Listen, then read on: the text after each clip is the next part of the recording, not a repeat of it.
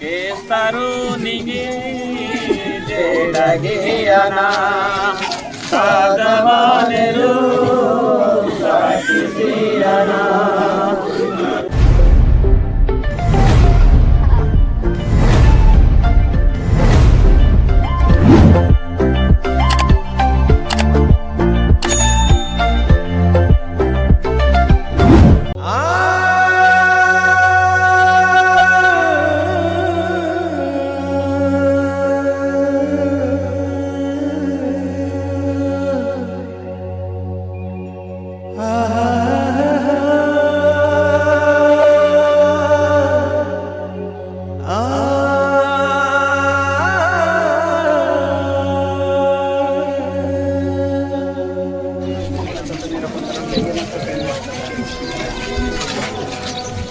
सर्वशक्तिमान सर्वव्यापी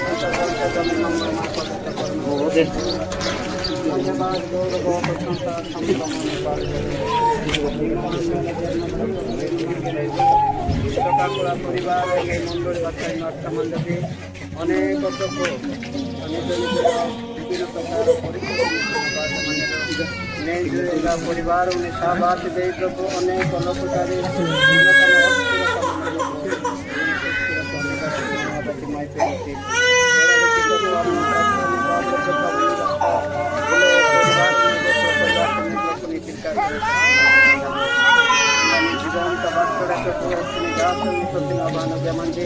दासन प्रभु निंदर जीवंत वाक्य निवेदन परिवार मंडली निरात्मा जन बोले लोक प्रभु शांति मुनेरु की प्रभु पवित्र आत्मा गाड़े दासन प्रभु संपूर्ण प्रार्थना संपूर्ण काल मुक्त प्रभु निंदर कथा निवेदन बोले लोक मंगलमय पवित्र परमेश्वर प्रभु आम जगत मुख्य समर्पण वक्ता हम नित्य नमो निधि नाम पक्ष नाम बेनाम प्रभु बोले मनतानी मन अस्थिर सम्मति प्रभु प्रभु परिवार मंगल हमें गाड़िता करी नियंत्रण कपाल के निकल बोले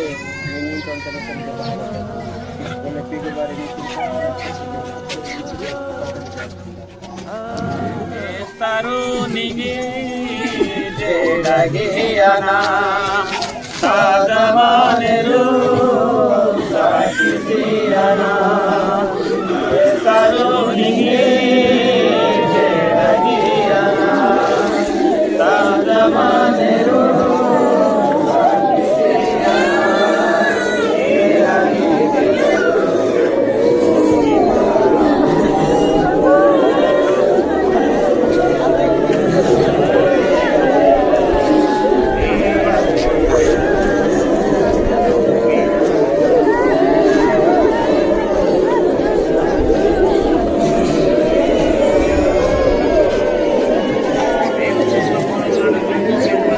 मैंने दुईटी युवक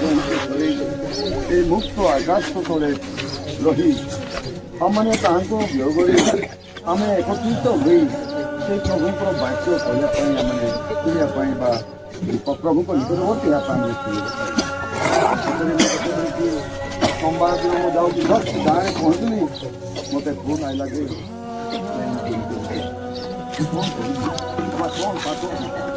किंतु कल पर्यटन खाली चेष्टा कर आज आपण मान गहन बसी आपणकर दुखरे अंशी होगापाई सहभागिता होगापाई मु विशेष सुजोग पाई हेतु अल्प किसी परामर्श देवा पूर्वर उपस्थित प्रत्येक सहित आमकर सम्माननीय संपादक पंचायत कर्मकर्ता पालक बंधु मानक मान्य गण्य आतिथ्य प्रत्येक को आत्मरक्षित प्रेम प्रिय मुक्त परिवार एवं उपस्थित प्रत्येक भद्र गोटे समय अच्छी जहाँकि आमने भावी ना चिंता कर जहाँकि धनिक भी अच्छी गरीब भी शिक्षित भी अच्छी अशिक्षित भी ତା ସବୁ ଜାତି ଭାଷାଭାଷୀ ପ୍ରତ୍ୟେକଙ୍କ ପାଇଁ ଏଇ ମରଣ ନା ନାଇଁ ଆଜ୍ଞା ମାନେ କେହି ମରଣର ସ୍ୱାଦ ଆମେ ଚାଖିଛୁ ନା ଚାଖିଛୁ ସମସ୍ତେ ପ୍ରାୟ ମରଣର ସ୍ୱାଦ କେହି ତ ସ୍ୱାମୀ ହରେଇଛୁ କେହି ତ ସ୍ତ୍ରୀ ହରେଇଛୁ କେହି ତ ବାପାଙ୍କୁ ହରେଇଛୁ କେହି ତ ପୁଅଙ୍କୁ ହରେଇଛୁ କେହି ତ ମାଆଙ୍କୁ ହରେଇଛୁ କେହି ତ ବନ୍ଧୁ ବାନ୍ଧବୀ ସ୍ୱାମୀ କାରଣ ସେଇ ମୃତ୍ୟୁର ଫାଟକ ନ ଦେଇ ଆମେ ସଂସାର ଯାଇପାରିବା ଯିବା କି ହଁ ମଣିଷ ମରେ କ୍ଷୟ ପାଏ କିନ୍ତୁ ସେ କେଉଁ ସ୍ଥାନକୁ ଯାଏ ଏଇଟା ହେଲା ମଣିଷ ମରେ କ୍ଷୟ ପାଏ ସେ କେଉଁ ସ୍ଥାନକୁ ଯାଏ ମଣିଷର କେତୋଟି ସ୍ଥାନ ପ୍ରଥମ ହେଲା ଗର୍ଭ ଦ୍ୱିତୀୟ ହେଲା ପୃଥିବୀରେ ରହୁଛି ତୃତୀୟ ହେଲା ସମାଧି ଚତୁର୍ଥ ହେଲା କ'ଣ କି କବର ଆଉ ପଞ୍ଚମ ଆଉ ପଞ୍ଚମ ତୃତୀୟ ହବ ପଞ୍ଚମ ହେଲା ବୋଲେ ମହାରାଜ କି ସାଧୁପାଲ ଗୋଟେ କଥା କହନ୍ତି ଦେଖ ଏଣିକି ଯେଉଁମାନେ ସଦାପଟ ଥାଇ ମରନ୍ତି ସେମାନେ ଧନ୍ୟ କାରଣ ସେମାନେ ନିଜ ନିଜର ପରିଶ୍ରମ ଆଉ ସେମାନେ ଉପାସକ ମଣ୍ଡଳ ମଣିଷର କେତୋଟି ଷ୍ଟେଜ୍ ଅଛି ପ୍ରାୟ 5ଟି ଷ୍ଟେଜ୍ ପ୍ରଥମ ହେଲା ଶୈବାଲ୍ୟ ଦ୍ୱିତୀୟ ହେଲା ବାଳକ ତୃତୀୟ ହେଲା କିଶୋର ଯୁବକ ଚତୁର୍ଥ ହେଲା ଯୁବକ ପଞ୍ଚମ ହେଲା ବାର୍ଦ୍ଧକ୍ୟ ମଣିଷ କେତୋଟି ସ୍ତରରେ ଯାଇଥାଏ 4ଟି ସ୍ତରରେ ଏବେ ଯେଉଁ ଆମେ ପଢ଼ିବୁ କ'ଣ ଏବେ ପଢ଼ିବୁ କିଏ ତ ମେଦ ବିଶିଷ୍ଟ ଥାଇ ପୂର୍ଣ୍ଣ ବିଶ୍ରାମରେ ସେ ମରନ୍ତି କେହି ତ ବିକ୍ଷତାରେ ମରନ୍ତି ଆଉ ଅନେକ ତ ଯୁବକ ସମୟରେ ମରନ୍ତି ଆଉ କେହି ତ ପକ୍ଷ କେଶରେ ମରନ୍ତି ଜାଣିଛ ଚିତ୍ତ ଗୋଟେ ଏମିତିକା ଅଛି ହଠାତ୍ ଅପମୃତ୍ୟୁ କହିଲେ ଅଛି ହବନି ଯୁବକ ମାନଙ୍କର ଅପମୃତ୍ୟୁ ହଠାତ୍ ଇଏ କରିବା ପୁଣି ମରଣ ଗୋଟେ ଏମିତିକା ଜିନିଷ ଯାହାକି ସମୟ ପାଏ ସମୟ ଖୋଜିଥାଏ ସ୍ଥାନ ବି ଖୋଜିଥାଏ ଦିନ ବି ନିର୍ଣ୍ଣୟ ହୋଇଥାଏ ଆଇବ 14/5 ଆପଣମାନେ ପଢ଼ିପାରିବେ ସେଇଠି ତାହାର ମାସ ସଂଖ୍ୟା ନିର୍ଣ୍ଣୟ କରାଯାଇଛି ତାହାର ବର୍ଷ ସବୁ ତାଙ୍କର ଅଛି ତାହାର ଦିନ ସବୁ ଗଣନା କରାଯାଇଛି ତାହା କେହି କମ୍ କରିପାରେ ନା ଆଇବ 14/5 ଲେଖା ମଣିଷ ଜନ୍ମେ ମାତ୍ର ମରେ ଏଇ ଯୋଉ ଜଗତ ଆମମାନଙ୍କର ଅସ୍ଥାୟୀ ନଗର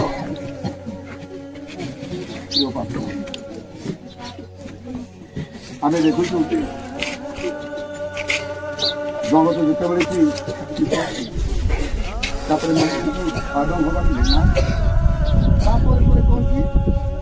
ନା ପ୍ରାଣବାୟୁ ଦେଇ ଜୀବିତ ରଖି ସେ ପ୍ରାଣବାୟୁ କାହିଁ ଏପରି ସମସ୍ତେ ମରିବେ ମୁଁ ଯାହା କହିଲି ଧନୀ ବି ମରିବ ଗରିବ ବି ମରିବ ବୃଦ୍ଧ ବି ମରିବ ବୃଦ୍ଧା ବି ମରିବ ଶିକ୍ଷିତ ବି ମରିବ ଅଶିକ୍ଷିତ ବି ମରିବ 2016 ଗୋଟେ ପଦ ଲେଖାଯାଇଛି କାରଣ ଏଇ ଦେଶରେ ସମସ୍ତ ମରିବେ ସମାଧି କରିବା ପାଇଁ କାହାର ସମାଧି ଦେଇ ହବ ନାହିଁ ବୋଲି ଲେଖାଯାଇଛି ଖବର ବି ଦେଇପାରିବାନି ପ୍ରିୟ ଉପାସକ ମଣ୍ଡଳୀ ଆମମାନଙ୍କର ପ୍ରିୟ ଦାସ ଦେଇକି ପାଳକ ଆଜ୍ଞା ସେ ପଢ଼ୁଥିଲେ ଯେ ଜନ୍ମଦିନ ଅପେକ୍ଷା ମନୋରଞ୍ଜନ ଉତ୍ତମ ବହୁମୂଲ୍ୟ ତୈଳ ସୁନାମ ଭଲ ଜନ୍ମଦିନ ଅପେକ୍ଷା ମନୋରଞ୍ଜନ ଉତ୍ତମ କାହିଁକି କହିଲେ କାହିଁକି ଜ୍ଞାନୀ ସଲମନ ଲେଖିଲେ ଯେହେତୁ ଯଦି ଦୁଇଟି ଯୁବକକୁ ଆମେ ଦେଖିବା ପ୍ରଭୁ ତାହାକୁ ସୃଷ୍ଟି କରି ଜଗକୁ ହୁଏତ ତାଙ୍କ ଦେଇ ଈଶ୍ୱରଙ୍କର କିଛି ଭୂଳିତ ହୋଇପାରେ ଭବିଷ୍ୟତକୁ ଠିକ ସମୟରେ ସେ ତାଙ୍କ ଜିନିଷ ସେ ନେଇଛନ୍ତି ନା କ'ଣ ଆଉ ତାଙ୍କର ଏପରି ଅଛି ଯେ ମରଣରେ ବି ଗୌରବ ବଞ୍ଚିଥିଲେ ମଧ୍ୟ ତାଙ୍କେ ଗୌରବ ପାଇଁ ସେ ବ୍ୟବହାର କରନ୍ତି ଏ ଶରୀର ଆମର ନୁହେଁ ହଁ ଜାଗତିକ ପାରାଟି ମୋତେ ବି ବାଧୁଛି ଆପଣମାନେ ବାଧୁଛି କାହାକୁ ବି ବାଧିବନି ଏମିତି କିଛି ନାହିଁ ଆଜ୍ଞା ବଣ ପୋଡ଼େ ସଭିଏ ଜାଣନ୍ତି ହୃଦ ପୋଡ଼େ କେହି ନ ଜାଣେ ଜାଣେ କି ଆଜ୍ଞା ମାନେ ଜାଣେ କି ତେଣୁକରି ଆଜି ଆମମାନେ ହୃଦୟକୁ କିନ୍ତୁ ଆମ ମନକୁ ସମସ୍ତ ପଦକ୍ଷେପ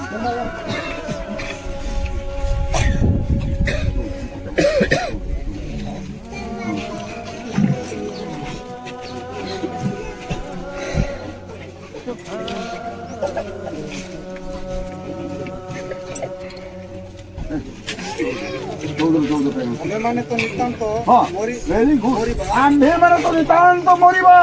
ପୁଣି ଭୂମିରେ ଭୂମିରେ ଢଳାଗଲା ଜଳ ଉତ୍ତାରେ ଯାହା ପୁନର୍ବାର ସଂଗୃତ ନ ହୁଏ ସେଇ ଜଳ ତୁଲ୍ୟ ହେବା ଏପରି ଜଳ ତୁଲ୍ୟ ହେବା କିନ୍ତୁ ପରମେଶ୍ୱରଙ୍କର ଜୀବନ ହରଣ କରନ୍ତି ନାହିଁ ମାତ୍ର ନିର୍ଦ୍ଧାରିତ ନିର୍ବାଚିତ ଲୋକ ଯେପରି ତାଙ୍କ ଠାରୁ ନିର୍ବାଚିତ ନ ହୁଅନ୍ତି ନ ହୁଅନ୍ତି ଏହିପରି ଉପାୟର ସଂକଳ୍ପ କେ ପ୍ରିୟ ଉପାସକ ମଣ୍ଡଳୀ କେ ପ୍ରିୟ ଆତିଥ୍ୟ ବୃନ୍ଦ ଆମ୍ଭେମାନେ ତ ନିତାନ୍ତ ମରିବା କେହି ରହି ନାହିଁ ରହିବେ ନାହିଁ ଭବରଙ୍ଗ ଭୂମି ତଳେ ସର୍ବେ ନିଜେ ଅଭିନୟ କରି ଚାଲିଯିବା କାଳେ এই জগত ক্ষণস্থায়ী জগত কেবল অভিনয় করিয়া পাই আসু প্রিয় উপাসক মন্ডলী আম্ভেମାନେ নিতান্ত মরিবা পুଣି ভূমিরে ঢଳାଗଲା ଜଳ ଉତ୍ତାରେ ସଂଗ୍ରହିତ ନ ହୁଏ ସେ ଜଳ ସଂଗ୍ରହ ହେବା ସଂଗ୍ରହ ହେବା ମୁନେ ନା ୟା ଗୋଟେ ମାନେ ସଂଗ୍ରହିବା ମୁନା ନା ନାହିଁ କିନ୍ତୁ ପରମେଶ୍ୱର ପ୍ରାଣ ହରଣ କରନ୍ତି କେଉଁମାନଙ୍କ ନିମନ୍ତେ ଯେଉଁମାନେ ନିର୍ବାଚିତ ତାହା ଯୀଶୁଖ୍ରୀଷ୍ଟ କହିଲେ ମୁଁ ପୁନରୁତ୍ଥାନ ଓ ଜୀବନ ଯେ ମୋ ଠାରେ ବିଶ୍ୱାସ କରେ ଯଦ୍ୟପି ମରେ ତଥାପି ସେ ବଞ୍ଚିବ ହାଲେଲୁୟା ଆମମାନେ ଆଜି ପ୍ରଭୁଙ୍କୁ ଜାଣି ଆମମାନେ ଆଜି ପ୍ରଭୁଙ୍କୁ ବିଶ୍ୱାସ କରି ଯୁବକ ପୁଅମାନେ ହଁ ସେହି ଆମେ ଭଲ ଲୋକ ନାହିଁ ଆମେ କହିବା ସେ ତା ଏମିତି ହେଇଥିଲା ସେ ସେଇଟା ହେଇଥିଲା ଆମେ ବିଚାର କରିପାରିବା ନାହିଁ କିନ୍ତୁ ପ୍ରଭୁ ବିଚାର କରିବେ କିନ୍ତୁ ମୁଁ ଜାଣେ ଯେ ପ୍ରଭୁ ଉକ୍ତ ଯୁବକ ଦୁଇଟିକୁ ଠିକ ସମୟରେ ନେଇଛନ୍ତି ଆଉ ଗୋଟେ ଜାଗାରେ ଲେଖାଯାଇଛି ସେମାନଙ୍କୁ ଉପଯୁକ୍ତ ସ୍ଥାନରେ ମୁକୁଟ ବୋଲିକି ଗୋଟେ ଲେଖାଯାଇଛି ଚିରୋଡ଼ ସହିତ ବ୍ୟବହାର କରିବା ପାଇଁ ଠିକ ସମୟରେ ନେଇଛନ୍ତି ବୋଲି ଲେଖାଯାଇଛି ହଁ ଜାଗତିକ ପକ୍ଷରେ ଆଜି ଆମମାନଙ୍କର ପିତାମାତା ଆତ୍ମୀୟଙ୍କର ଆମେ ଭାଙ୍ଗି ପଡ଼ୁଛୁ କିନ୍ତୁ ଆତ୍ମିକ ଦିଗକୁ ଯଦି ଆମେ ଯିବା ଈଶ୍ୱର ସହିତ ଆନନ୍ଦ କରନ୍ତି ଈଶ୍ୱର ସହିତ ଆନନ୍ଦ ପାଆନ୍ତି ଆମ୍ଭେମାନେ ନିତାନ୍ତ ମରିବା ମରଣ ଏକ ପରିବର୍ତ୍ତନ ଜୀବନ ଆଣିଥାଏ ମରଣ ଏକ ମିଳନ ଜୀବନ ଆଣିଥାଏ ଅନେକ ଜାଗାରେ ମୁଁ ମନ ଘଟେ এই মরণটি হয়তো অনেক যুবকମାନଙ୍କ ପାଇଁ ଗୋଟେ ପରିବର୍ତ୍ତନ ହୋଇଥାଏ ଅନେକ ଲୋକମାନଙ୍କ ପାଇଁ ହয়তো କିଛି ଗୋଟେ ପରିବାର ମଧ୍ୟ ପରିବର୍ତ୍ତନ ହୋଇଥାଏ ଦାଉଦଙ୍କର ପରିବର୍ତ୍ତନ ହେଲା ମାନେ ଦାଉଦ ଯେତେବେଳେ କି ଶିଶୁମରଣ କଲେ ସେ ପ୍ରାୟ 7 ଦିନ ପର୍ଯ୍ୟନ୍ତ ଉପବାସ ପ୍ରାର୍ଥନା କଲେ ଆଉ ସେ କ'ଣ କଲେ ଯେ ସେ କ'ଣ କଲେ ଦିନ ନାହିଁ 2 ଦିନ ନାହିଁ 3 ଦିନ ନାହିଁ ଯେତେବେଳେ ଉପବାସ ପ୍ରାର୍ଥନା କରୁଛନ୍ତି 7 ଦିନ ପରେ ଦାଉଦ ପୁଅ ମରିଗଲା ସେ ବହୁତ କଥାବାର୍ତ୍ତା ହେଉଛନ୍ତି କ'ଣ ନା ବାଳକ ମରିଲା ତ ବାପା ଯଦି ତା ବାପା ଯଦି ଶୁଣିବ ତ କ'ଣ ନ କରିପାରେ କାହିଁକି ବାପା ପୁଅଙ୍କ ପାଇଁ ସେ ଉପବାସ ପ୍ରାର୍ଥନା କରୁଛି ତ କ'ଣ କରିବା ନାଇଁ ଆମେ କହିବା କିନ୍ତୁ କାନ୍ଦେ ଶୁଣି କ'ଣ ବାଳକ ମରିଲେନି ଆଉ ସେ କହିଲେ ହଁ ଗୋଟେ କଥା ସେ କ'ଣ କରୁଛନ୍ତି 5ଟି ବିଷୟ କରିଛନ୍ତି ପ୍ରିୟ ପିତାମାତା ମାନେ ଆତ୍ମୀୟ ସହୋଦର ମାନେ ମୁଁ କହିବାକୁ ଯାଉଛି ଗୋଟିଏ କଥା ସେ କରୁଛନ୍ତି କ'ଣ କି ସେ ଉଠିଲେ ହଁ ନିଶ୍ଚୟ ଆମମାନଙ୍କର ହାତ ଗୋଡ଼ ସମ୍ପୂର୍ଣ୍ଣ ନିର୍ଭରହୀନରେ ଅଛୁ ଆମେ ଆତ୍ମିକ ଦିଗରେ ଉଠିବାକୁ ପଡ଼ିବ ତାପରେ କ'ଣ ଲେଖା ହେଇଛି ସେଇଠି ଆଉ ଗୋଟେ ପଦ ଲେଖାଯାଇଛି ଆପଣମାନେ ପରେ ପଢ଼ିବେ ଆଜ୍ଞା ମାନେ ଯାଇଛନ୍ତି ପଢ଼ିବେ ତାପରେ କ'ଣ କଲେ ସେ ସ୍ନାନ ମର୍ଦ୍ଦନ ଲେଖାଯାଇଛି ମର୍ଦ୍ଦନ କେଉଁମାନେ କରନ୍ତି ସ୍ନାନ କେଉଁମାନେ କରନ୍ତି କହିବ ଗୋଟେ ହେଲେ ମଣିଷ ଚିନ୍ତା କରୁଛ ଗାଧୁଆ ବୋଲି କ'ଣ ଗାଧେଇବାକୁ ଇଚ୍ଛା ଲାଗୁଛି କିନ୍ତୁ ସେଠି ଲେଖାଯାଇଛି ସ୍ନାନ ମର୍ଦ୍ଦନ ବୋଲି ଲେଖାଯାଇଛି ତାପରେ କ'ଣ କଲେ ସେ ସମାନ ଯାଇକି କ'ଣ କରୁଛନ୍ତି ଯେ କ'ଣ ହେଲା ସେଇ ଦୁଃଖର ରୂପକ ବସ୍ତ୍ର ସେ ଫିଙ୍ଗି ଦେଇଛନ୍ତି ସେଇ କ୍ରନ୍ଦନ ରୂପକ ବସ୍ତ୍ର ଫିଙ୍ଗି ଦେଇଛନ୍ତି ସେ ପାପ ରୂପକ ବସ୍ତ୍ର ସେ ଫିଙ୍ଗି ଦେଇଛନ୍ତି ଆଉ ସେ ନବବସ୍ତ୍ର ପ୍ରଧାନ କରୁଛନ୍ତି ବିଷ୍ଣୁଙ୍କୁ ତୁମ୍ଭେମାନେ ବସ୍ତ୍ର ରୂପେ ପରିଧାନ କର ଲେଖାଯାଇଛି ତାପରେ ଆଉ କ'ଣ କଲେ ସେ 4 ପଏଣ୍ଟ ମନ୍ଦିରକୁ ଯାଇ ସ୍ୱାଧ୍ୟାନ ଦେଲେ ତାପରେ କ'ଣ କଲେ ସେ ଯାଇ ସମସ୍ତଙ୍କ ମଧ୍ୟରେ ଯାଇ ଭଜନ କଲେ କିନ୍ତୁ କୁହାଯାଉଛି ଲୋକଟା କ'ଣ ଏମିତି କଲେ ବାଳକ ମରିଯିବା ପ୍ରମାଣେ ସେ କ'ଣ କଲା ଉପବାସ କଲା ରୋଦନ କଲା କିନ୍ତୁ ବାଳକ ମରିଯିବାରୁ ସେ କ'ଣ ଆମ ସହିତ ଭଜନ କରୁଛି ସେଇଠୁ ସେ ଉତ୍ତର ଦେଉଛନ୍ତି ହଁ ମୁଁ ବାଳକ ବଞ୍ଚିଥିବା ସମୟରେ ମୁଁ ରୋଦନ କଲି ମୁଁ ଉପବାସ କଲି ବାଳକକୁ ପ୍ରଭୁ ନେଇଗଲି ମୁଁ ଆଉ କ'ଣ କରିବି ମୁଁ ତାକୁ ଫେରି ପାଇବି ନାହିଁ ମୁଁ ତା ପାଖକୁ ଯାଇପାରିବି, ସେ ମୋ ପାଖକୁ ଯାଇପାରିବି। ତ ଆଜି ଏଣୁ ଆଜି ଏ ଶରୀର ଆମର ଉପାସକ ମଣ୍ଡଳୀ ଅନେକ କଣ କହନ୍ତି ମୋର ପୁଅ ମରିଗଲା, ମୋର ମା ମରିଗଲା, ନିଶ୍ଚୟ ସେଟା ଆସେ, ମୁଁ ମନା କରୁନି, ସେଟା ଆସେ। ଆଉ ମୁଁ ଖାଇବି ନାହିଁ, ମୁଁ ପିଇବି ନାହିଁ, ଏ ଶରୀରକୁ ଆମେ ରକ୍ତ ଅନେକ ଜାଗାରେ ମୁଁ ଦେଖୁଛି ଯେ ନାଇଁ ମୁଁ ଏଇ ସମାନ ପିଲାମାନେ ଅଛନ୍ତି, ତାଙ୍କୁ ସେଠି ଗିର୍ଜା କଲା ବେଳକୁ ମୋର ପୁଅ ସେଠି ନଥିବ, ମୁଁ ବଜା ବଜାଉଥିବ, ଇଚ୍ଛା ହେଉଥିବ, ମୁଁ ଗିର୍ଜା ଯିବି, ମୁଁ କୋଉ ଇଏରେ ରହିବି? ଏଇଟା ପ୍ରତିବନ୍ଧକ ଗାଁରେ ସେଟା କଲେ କି ପ୍ରଥମ ମନ୍ଦିରକୁ ପ୍ରାର୍ଥନା କରେ। ଏଇ ସମସ୍ୟା ଗୁଡ଼ିକ ଆମମାନଙ୍କୁ କରିଥାଏ। ଏଣୁ ପ୍ରିୟ ଉପାସକ ମଣ୍ଡଳୀ,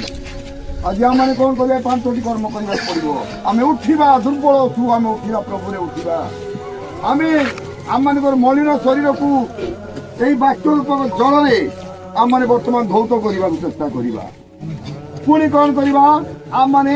ନବବସ୍ତ୍ର ଆମେ ପରିଧାନ କରିବା, ଯୀଶୁକୁ ବସ୍ତ୍ର ରୂପେ ପରିଧାନ କରିବା, ସେଇ ଦୁଃଖ ରୂପ କ୍ରନ୍ଦନ ରୂପ ବସ୍ତ୍ରକୁ ଆମେ ତ୍ୟାଗ କରିବା। ପୁଣି ଆମେ ମନ୍ଦିରକୁ ପ୍ରାର୍ଥନା ଯୋଦ୍ୱାରା କି ଶାରୀରିକ ନିମନ୍ତେ ଆମେ ଖାଇବା, ଯୋଦ୍ୱାରା କି ଆମେ ଆଶୀର୍ବାଦ ପାଇବା ଆମ ଦେଶକୁ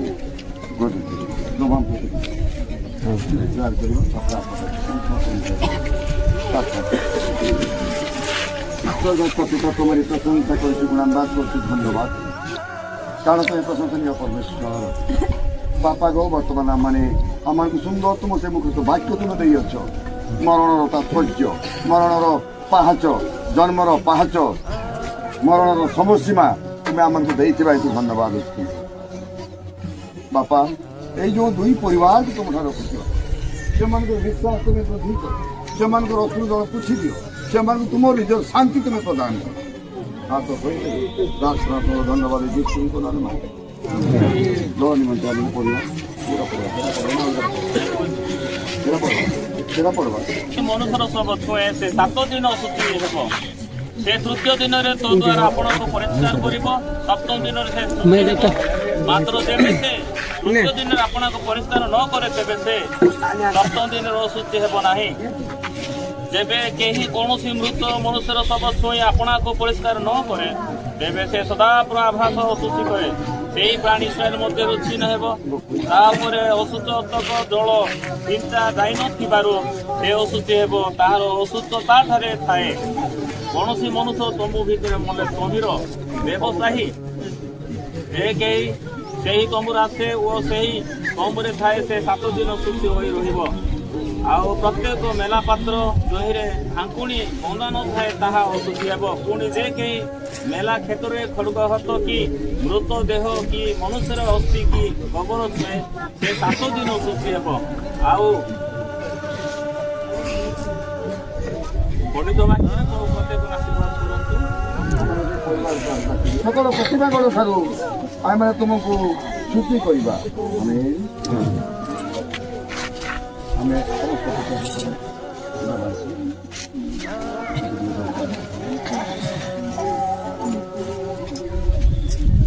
ସ୍ୱର୍ଗସ୍ଥ ପିତା,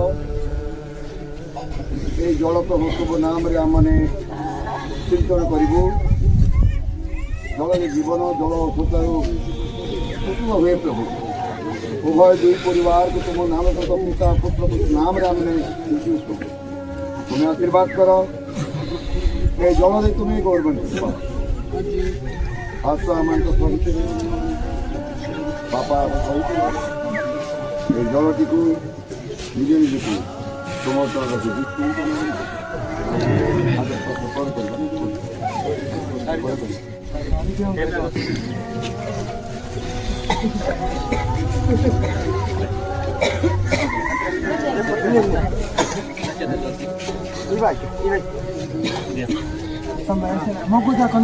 ଏଇଟା ସବୁ ଇଏ କରିଦେବାର ଅଛି, ଦେବା ଟିକେ ସମସ୍ତଙ୍କୁ